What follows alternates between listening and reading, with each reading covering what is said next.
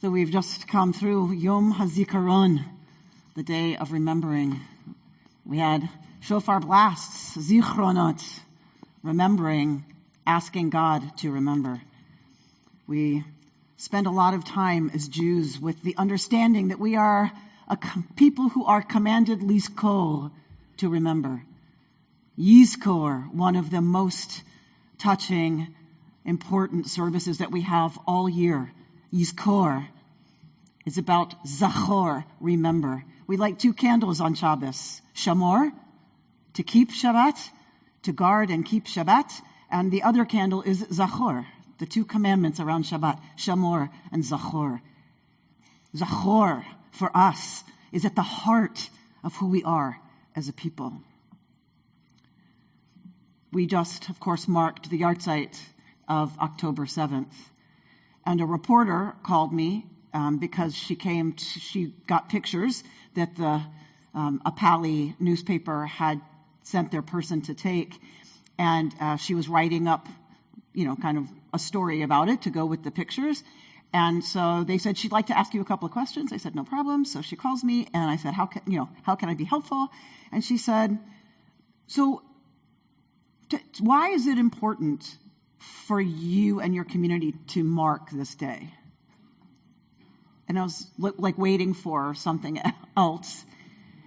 And it took me probably 45 seconds to really understand the question. I was like, why is it important to mark the anniversary of what happened on October 7th? Well, where do you begin to explain to somebody why that's important? So I explained a little bit about our tradition, about yahrzeit, and about anniversaries, and that around the anniversary of a loved one's death, we light a candle, and it's lit for 24 hours. So as we walk through the house and see that candle, there's something else that happens. We feel something when we see these candles, and there's something else that happens for those of us who light yahrzeit candles when you see that flame. And that person is there in our world in a tiny different way than usual. And it's very sweet to me when I forget I've lit a yahrzeit candle and I come downstairs and it's on the kitchen counter. And it's like, oh, right. Hi, Dad. I miss you. So it's just so ingrained in who we are that I didn't exactly know how to answer the question. So I talked a lot about all of this stuff. And then I said, as Jews, we do a lot of what we do in memory of other people. And this event was so big, how could we not all want to be together to mark that anniversary, to mark that first yahrzeit, to be together, to light a candle together, not just home alone on our kitchen counter, together. The rabbis give us this opportunity to light together, to be together, to remember together at the end of every festival in their wisdom, their deep wisdom. Because we're commanded to celebrate on holidays. We're commanded to be joyful and to experience simcha. About the holiday of Sukkot. You shall rejoice in your festival, and you shall be only joyful. But the rabbis know, as much as we want to lean into our holidays and enjoy them, the first one after someone's gone, the first one is so hard. And sometimes it's hard to rejoice when we're carrying around the memory of someone we've loved and someone we've lost.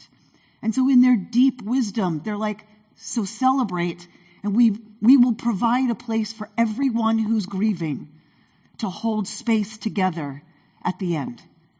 So just know it's coming. You'll have a chance to cry. You'll have a chance to remember them. You'll have a chance to be together. For now, celebrate. So we will have Yizkor, of course, tomorrow, because it is the end of the festival of Yom Kippur and the Aseret Yemei Teshuvah, the 10 days of repentance. When we were at, Cantor Frankel and I officiated an unveiling yesterday, and the person speaking about his father, the unveiling was around a year, just before a year, that he'd lost his dad. And he and his 3 brothers each spoke, and he said that they've never lost anyone close, that he'd never heard this phrase, may his memory be for a blessing. He was like, I didn't know exactly what that's supposed to mean. Like, what is that? And he was hearing it now all the time, because as someone else heard about his father's death, they would say to him, may his memory be for a blessing. They would send a note or a card, may his memory be for a blessing. That's how they ended the email, may his memory be for a blessing. And he said, it took me about 8 months, almost a year, to figure out what that means. And he said, for what it means now to me, I understand it now. That the way my father's blessing functions his memory functions as a blessing, it means I should live the way he wanted us to live. That I should live the values that he stood for and believed in. That I should try to fulfill myself and be the person he saw in me. That's his memory being for a blessing. To live into the people who loved us the most, what they saw in us, and to try to live more like that, a little more generously in their memory. We are a people who does great acts of kindness and generosity in remembering our families and remembering the ones we love. Great acts of generosity. That is how our loved ones stay, as we say at the end of Kaddish, tzror b'tzror ha'chaim, bound up in the bonds of life. Because we act in their memory. And it goes back as far as Torah. If you look at Torah, everywhere it says that God remembers, any place it says God remembers, there's an action that goes with that. We've got Noach. God remembers Noach, and the rain stops and the water starts to dry up. God remembers Rachel, and she becomes pregnant and bears a child. When God remembers the Israelites in Egypt, they are redeemed and freed from slavery. When God remembered Hannah, she conceived and gave birth to Samuel, to Shmuel. For Judaism, as far back as Torah, remembering is not something passive. It isn't like, oh, I just remembered.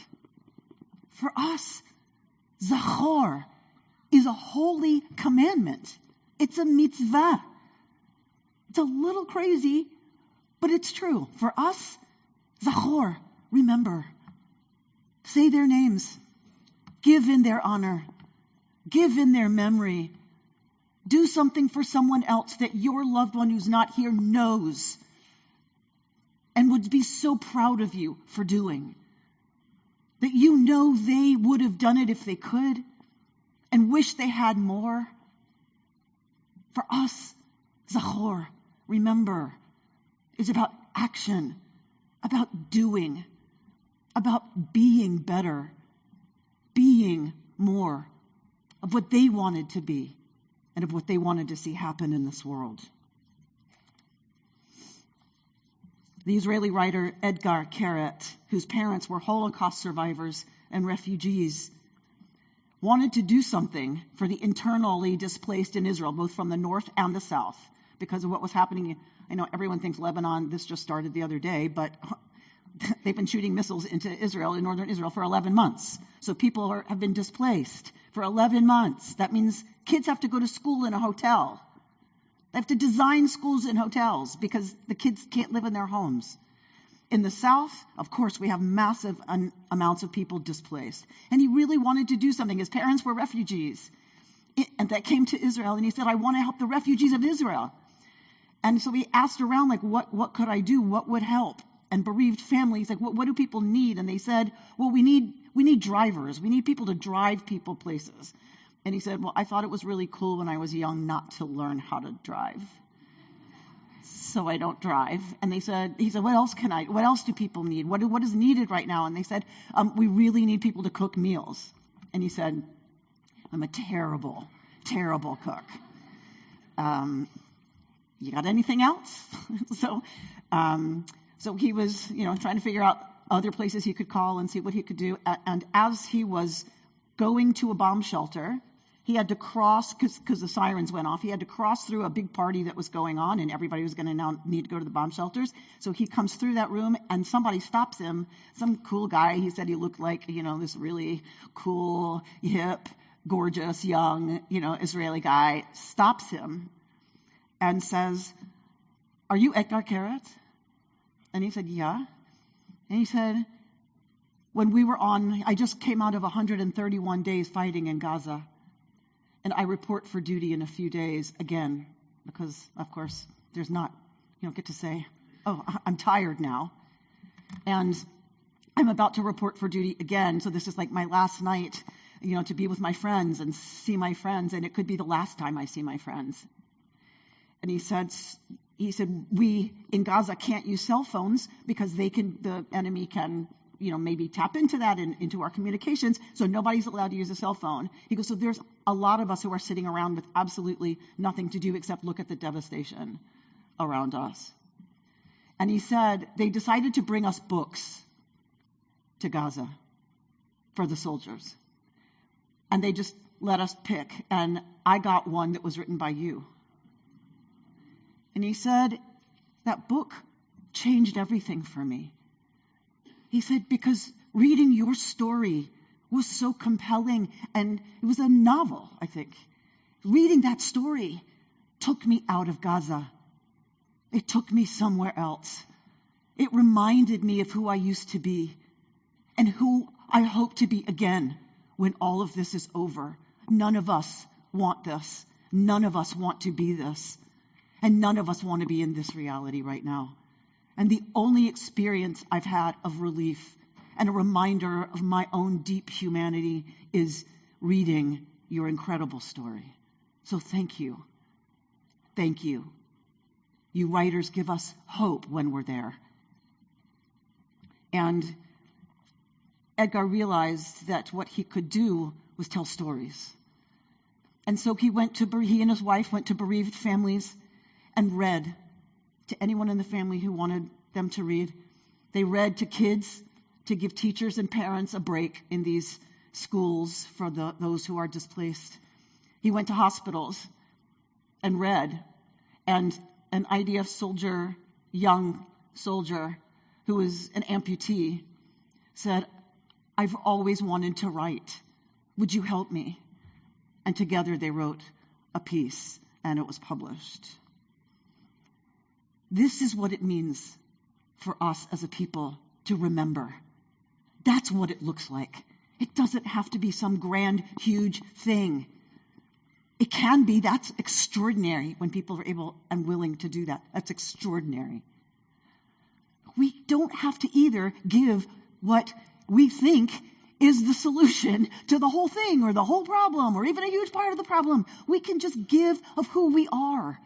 We can just give of our interest, our experience, our talent. This is how we remember in our tradition. It is active, and it's about giving. That's how we can remember best, both all of those who fell on October 7th and since, as well as people in our own lives, in our own histories, on whose shoulders we stand. We can remember them by giving, doing even small things. He said about this service that he was doing, there was something about these years that teach you a lot about humility. You learn that, there's very little you can do, that you're not that omnipotent, and that you stick with the little things that kind of make sense to you. Like the amputated soldier I worked with on his writing. But I think all the things that I do, they don't feel crucial or important or full of pathos, but they're all kind of tiny attempts to humanize the world around us. That's what we're asked. That's what we're asked to do. Our teacher, Masua Sagiv from Hartman, who also we've had here teach at KI, a brilliant scholar from Israel. Masua Sagiv said that according to Chen Artzi Sror, the memory of October 7th must be etched into our story as a people, as though each one of us experienced it, just like we do at Seder when we say, every person must, remember, every year, right? You've heard it every year, right? Every year we must each experience this evening as if we ourselves had been slaves in Egypt and had been redeemed. That is the commandment of Pesach. That is the mitzvah of the Seder.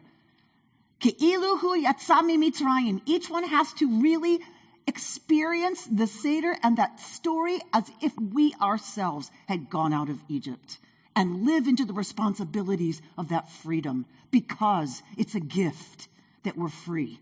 Doesn't matter it happened how long ago? Doesn't matter.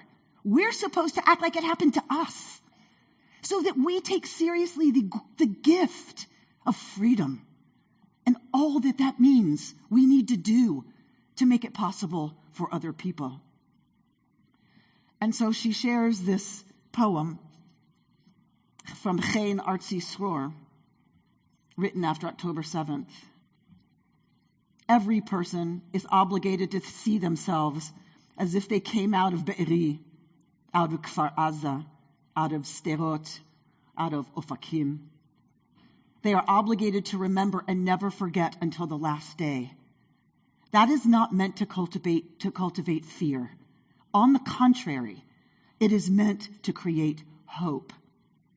Once again, the elderly will sit in the fields of Be'eri, and the streets of the city of Sderot will be filled with children playing. The burnt houses will be repainted, the fields will be plowed, and the tomatoes will be harvested. The existential threat will end. This is not a prophecy of consolation. This is a plan of action. May we go into this year, may we go into Yizkor, may we go into every time we remember, may we go in with this commitment to making memory for us, for everyone we love, for people whose names we don't even know, for all who have sacrificed so that we can be here. May we make their memories something by remembering them not being anything about despair or only sadness and loss, but let it be for each of us, for all of us, a plan of action. Good Yom Tov.